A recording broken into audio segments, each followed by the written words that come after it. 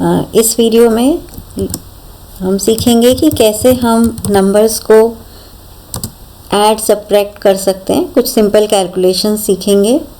Like program किस लिए बना रहे हैं हम? Program to add subtract multiply and divide two numbers. Hash से मैंने इसको लिखा है, इसका मतलब क्या हो गया? पाइथन में हैश का मतलब है कि ये सिंगल लाइन का हम कमेंट इसमें दे सकते हैं।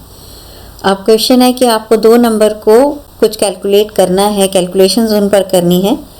तो ऐसे एज्यूम कर सकते हैं वेरिएबल्स हम जिसमें इसको बोलेंगे, सपोज एक्स की जगह आप कोई भी अल्फ़ाबेट यूज़ कर सकते हैं एज अ वेरिएबल नेम। और एक्स नहीं लिखा, सपोज नम को मैंने नम 1 कह दिया। That first number is any number you can write है। सपोज मेरा फर्स्ट नंबर मैंने लिया 56। Similarly you can take any other number, let's say num 2, this is equals to 45। तो अब क्या मतलब हुआ इसका कि आपके पास अब ये दो नंबर हैं। इन दो नंबर्स को आपने क्या करना है, इनका सम, सब्ट्रैक्शन, ये सब चीज़ें प्रिंट करनी है। तो आउटपुट की मैंने आपको प्रीवियस वीडियो में बताया था, कमांड होती है प्रिंट। तो आप इसको सिंपली ऐसे भी कह सकते हैं, प्रिंट नम 1 और ऐड का फॉर्मूला प्लस नम 2।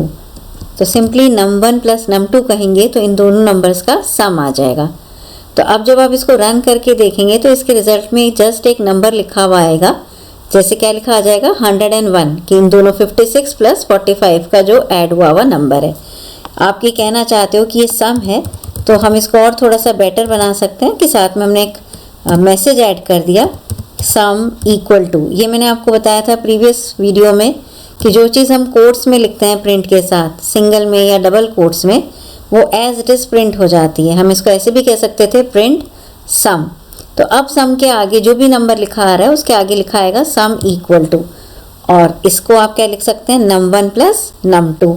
या आप ये भी कर सकते थे कि आपने इसको किसी वेरिएबल में सेव कर लिया। जैसे सपोज सम के लिए मैंने एस ले लिया या SUM ही लिख लिया एक वेरिएबल, और यहाँ पर हमने एक एक्सप्रेशन उसका क्या था, नम 1 प्लस नम 2। सम में ये स्टोर करके अब यहाँ हम यूज़ कर सकते हैं सम। कोड्स के अंदर जो सम लिखा है उसका मतलब है कि वो एक सिर्फ मैसेज है, सम इक्वल टू। जो ग्रीन कलर का ये आ रहा है ये एज इट इज़ आउटपुट में आ जाएगा। और ये जो आगे उसके सम लिखा है ये हमारा वेरिएबल है। इस वेरिएबल से क्या आ जाएगी? इसकी वैल्यू, जो भी इन दोनों नंबर्स का सम होगा वो नंबर यहाँ पर प्रिंट हो जाएगा। तो जैसे हमने सम किया है ऐसे हम सब्ट्रैक्शन भी कर सकते हैं। सपोज माइनस करने के लिए मैंने कोई और वेरिएबल लिख लिया, लेट्स से A लिख लिया या B, C, या सब्ट्रैक्शन के लिए मैंने सपोज SUB लिख लिया। इसमें मैंने क्या स्टोर कर दिया? Num 1 minus num 2। Similarly you can have one more variable. Multiply के लिए मान लीजिए M लेते हैं हम, नम 1 मल्टीप्लाई बाय नम 2। और डिवाइड के लिए D लिख लिया, नम 1 डिवाइड बाय नम 2। ये हमने सिंपल सी कैलकुलेशंस की हैं। तो अभी क्या है आपके पास कि दो नंबर या दो मेमोरी लोकेशन हो गई, नम 1 और नम 2 नाम से। और इसमें जो कैलकुलेशंस के रिजल्ट हैं वो भी हमने अलग अलग लोकेशंस पे सेव कर दिए। जैसे हमने सम को प्रिंट कराया ऐसे ही हम बाकी चीज़ों को भी प्रिंट करा सकते हैं। आउटपुट में लेने के लिए हमने लिखा प्रिंट। सब्ट्रैक्शन करना है तो हमने एक मैसेज दे दिया कि हम क्या लिख रहे हैं, सब्ट्रैक्शन। सब्ट्रैक्शन हमारा किस वेरिएबल में है? वो वेरिएबल था सब, तो हमने लिखा यहाँ पर SUB सब। Similarly you can print multiplication or we can write product equal to product is stored in the variable m, so we write here m। ये ध्यान रखिएगा, पाइथन केस सेंसिटिव लैंग्वेज होती है। तो कैपिटल M लिखेंगे तो वो अलग एक वेरिएबल है, स्मॉल m लिखेंगे तो अलग। तो जो आपने एक बार वेरिएबल डिफाइन किया है, जिस भी केस में किया है, वो थ्रू आउट आपको सेम रखना पड़ता है। और जो हम इस तरह से लिखते हैं कोट्स के अंदर, वो भी जैसा आपने दिया हुआ है वो एज इट इज़ वहाँ पर लिखा हुआ आएगा। तो अभी हम इसको रन करके देखेंगे। तो ये प्रीवियस वीडियो में बताया गया था आपको कि पहले आपको प्रोग्राम को करना पड़ेगा सेव। कुछ कैलकुलेशन कर रही हूँ मैं, तो मैंने कुछ एक मीनिंगफुल नाम दे दिया और इसको बाद मैंने इसको कर दिया सेव। ये मेरा प्रोग्राम calc.py नाम से सेव हुआ। और क्या इसको रन करने पर क्या आता है ये देखते हैं। देखिए पहले सिर्फ 101 लिखा आ रहा है। किस वजह से 101 लिखा हुआ आ रहा है? क्योंकि मैंने प्रिंट के साथ यहाँ पर कोई मैसेज नहीं दिया था, तो सिर्फ इसका रिजल्ट आ गया दोनों नंबर्स का 56 + 45 101। सम, ये मेरे मैसेज का फ़र्क हुआ कि ये 101 क्या है, सम है। तो इसलिए बेटर होता है कि हम प्रिंट के साथ क्या हम प्रिंट करा रहे हैं उसको कोट्स में लिखें। और सब्ट्रैक्शन भी आ गया, प्रोडक्ट भी आ गया, डिवीजन भी आ गया। तो ऐसे आप सिंपल सी कैलकुलेशंस अपने पाइथन में अगर हमको करनी है तो इस तरह से कर सकते हैं।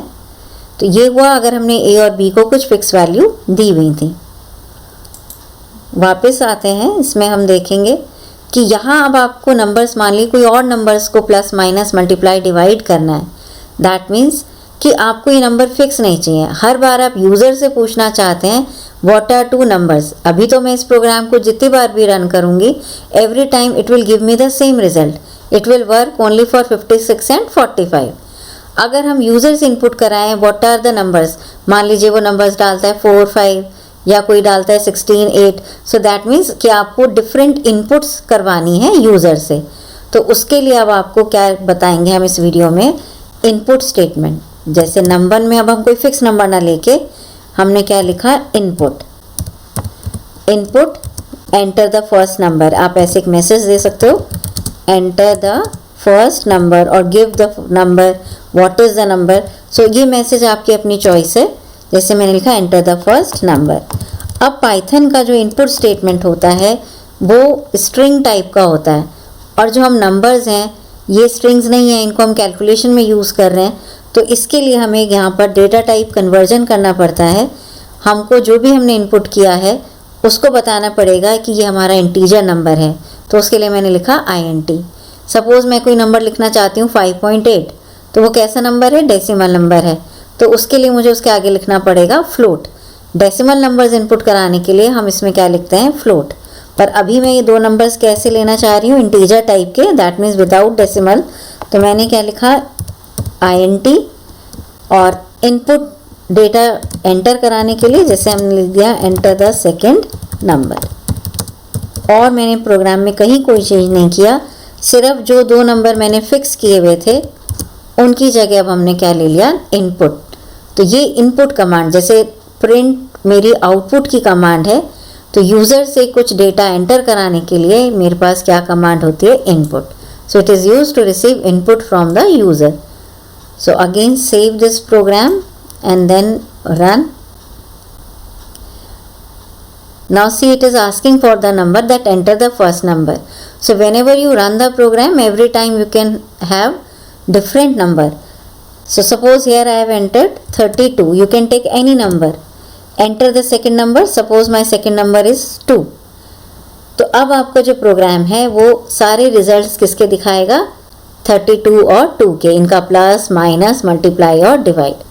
दोबारा रन करेंगे, दोबारा आप डिफरेंट नंबर्स को दे सकते हैं। तो अब आपको क्लियरली समझ में आ रहा होगा कि जो फर्स्ट प्रोग्राम था उसमें नंबर्स फिक्स थे, और इस वाले प्रोग्राम में हमने किस स्टेटमेंट का यूज़ किया, इनपुट का।